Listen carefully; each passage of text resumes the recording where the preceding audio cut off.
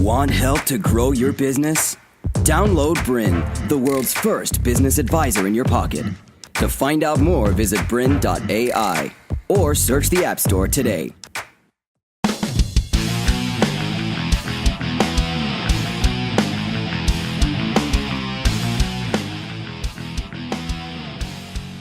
G'day, I'm Troy Dean and you're watching Rinse and Repeat on Business Blueprint.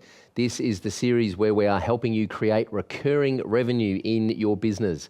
Why? Because recurring revenue really is the holy grail of all business models.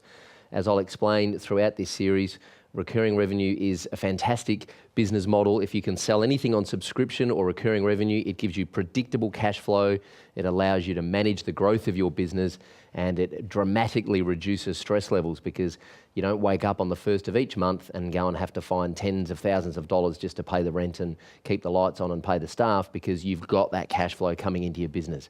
So this is the series where we're teaching you all about recurring revenue. This is episode 2. In episode 1, we spoke about the people that will give you recurring revenue. In this episode, we're going to show you how to design your recurring revenue product so that you can actually put it in front of customers and ask them to buy it.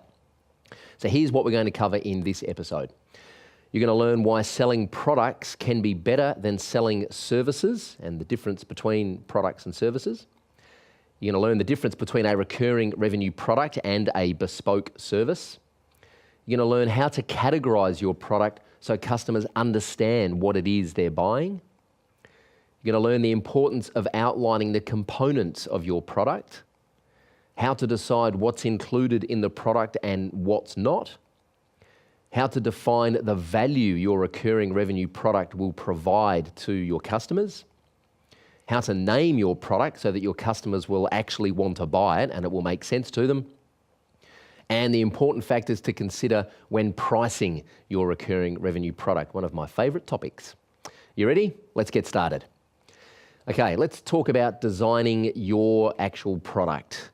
If you're in a services-based business at the moment, what we're looking at doing here is taking your services that you sell one-off to clients, ad hoc when they need it, and turning that into a subscription-based product. And we're going to walk through some real-life examples as well. So why are recurring revenue products so good? Why should you even be thinking about building a recurring revenue product? Well, as I've mentioned before, predictable cash flow is probably one of the biggest benefits of having a recurring revenue business model. When I used to run a web design agency in Melbourne 3 years ago, we'd wake up at the start of every month and go and have to find literally tens of thousands of dollars every month just to pay the bills, pay the staff, keep the lights on, pay the rent.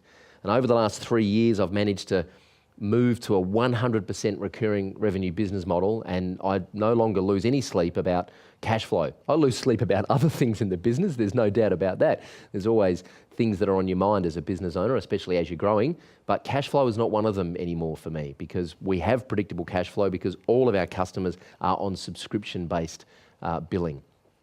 The other thing that recurring revenue is so good for is brand loyalty. Every time your customer is transacting with your brand and buying a product, you're building a little bit more trust with them. So you're minimizing the chances of them going and buying a product from one of your competitors because you've got them on a subscription. So it's automated. You deliver value to them every month, they deliver revenue to you every month, and that brand loyalty builds up over time, and it's a much stronger relationship. It's a much more healthy relationship than if they're just buying a service from you as they need it.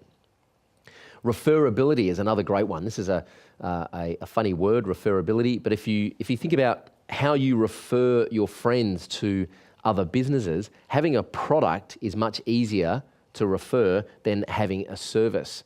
If you can, refer instead of saying just go and see my personal trainer, you can say something like go and see my personal trainer and get one of his 10-week body transformation packs. That's much easier to refer because we understand what it is that we're buying, whereas services are generally a little bit vague and it's not actually clear what's included. So referability is another great benefit of having a recurring revenue product. The other thing about recurring revenue is that it allows you to automate parts of the business and scale. So if you're interested in building a business that can ultimately run itself so that you as a business owner can take a step back and enjoy the rewards, then recurring revenue is the absolute holy grail for that type of business. It allows you to automate processes, automate the delivery of your product, and it allows you to scale up. So I want to talk about the difference between a product and a service. I touched on this very briefly in the first episode of Rinse and Repeat, where we talked about the difference between customers and clients, but I want to go a little bit deeper now and talk about the difference between a product and a service. A product is typically something that you make once, it's provided as is, it's not customized for every customer, it's sold as is, and customers will buy it, and the cost of duplicating and replicating that product becomes easier and more efficient at scale. Whereas a service is something that you make for a client once. So you build the service, you deliver the service, you get paid for the service, and that transaction is over, and then you move on. And generally with services, you're having to customize it for that particular client's needs, and that can be very costly. So let's have a look at a couple of examples of bundling services into a product. So we're gonna take existing services and have a look at how we can potentially bundle them into a product. So let's look at the example of an accountant. If you're an accounting firm, one of the services that you might be selling your clients on a regular basis is a quarterly tax assessment or a quarterly tax return. You might also be selling end-of-year tax return. You might be selling superannuation reconciliations or income tax or employee tax reconciliations, and you might also be selling them some software. I know in Australia here, if you use Xero, which is online accounting software, you can buy that subscription through your accountant. So these are all individual services that you sell your clients throughout the year. A quarterly tax return, an end-of-year tax return, you might have quarterly strategy sessions, a superannuation reconciliation, and your Xero subscription. Well, all of those services could potentially be bundled up, and instead of selling those services one at a time, invoicing the client one at a time, and then chasing the money for each of those invoices one at a time, all of those services could potentially be packaged up into a product that the customer subscribes to and pays for on a monthly basis. And a bit later on in this series, I'll show you an example of an accounting firm that has done exactly that. The other example I'll take you through is a web designer, which is my business, that my business background is in web development and web design. And in our business, typically speaking, you will sell a web design or a web development service to a client, and then you might sell hosting to them as another service, and then backups, security scans, you might do some software updates, and you might also do some what's called conversion rate optimization on the website, which is helping the client get better conversions out of their website by doing some blogging or content marketing or some lead capture on the website. So these are, again, all individual services that you can sell to the client. You can invoice the client for them one at a time, and then you spend time and you spend profit chasing the client for those payments. You could potentially bundle all of those services into a product that you sell to the customer on a monthly subscription basis.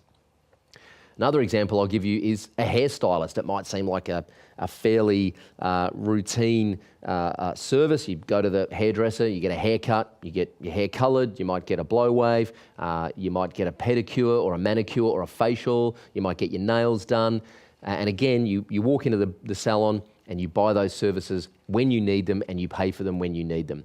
Well, some smart hairstylists who have worked out that subscription is the way to go are starting to bundle all of those services into a monthly membership that you can subscribe to, and then as a VIP monthly member, you just get billed monthly, and then you have set bookings at that salon throughout the year where you get your pamper packages and your hair treatments and maintenance taken care of. So it's just a matter of thinking about the current way that we sell services to clients and repositioning and reframing those into a product that we can sell to a customer on a recurring basis.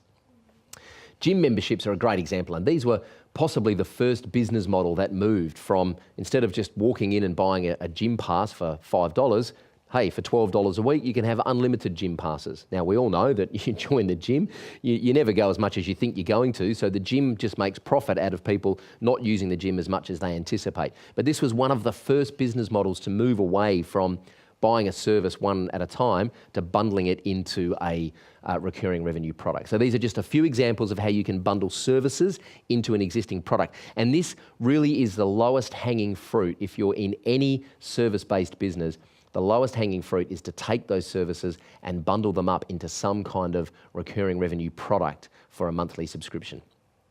Now, I want to introduce you to a friend of mine who is the best I know in the biz at taking services and productizing them, as he calls it, and turning them into a monthly recurring product. His name is Brennan Dunn, and I interviewed him recently all the way from Virginia in the USA. So without further ado, let's go and meet my friend, Brennan Dunn. So Brennan, let's just go right back to basics here. What is the difference, in fact, between a product and a service? So a product, in my mind, is something that is repeatable. And what I mean by that is it's something. To continue enjoying this presentation, download BRiN, the world's first business advisor in your pocket. To find out more, visit BRiN.ai or search the App Store today.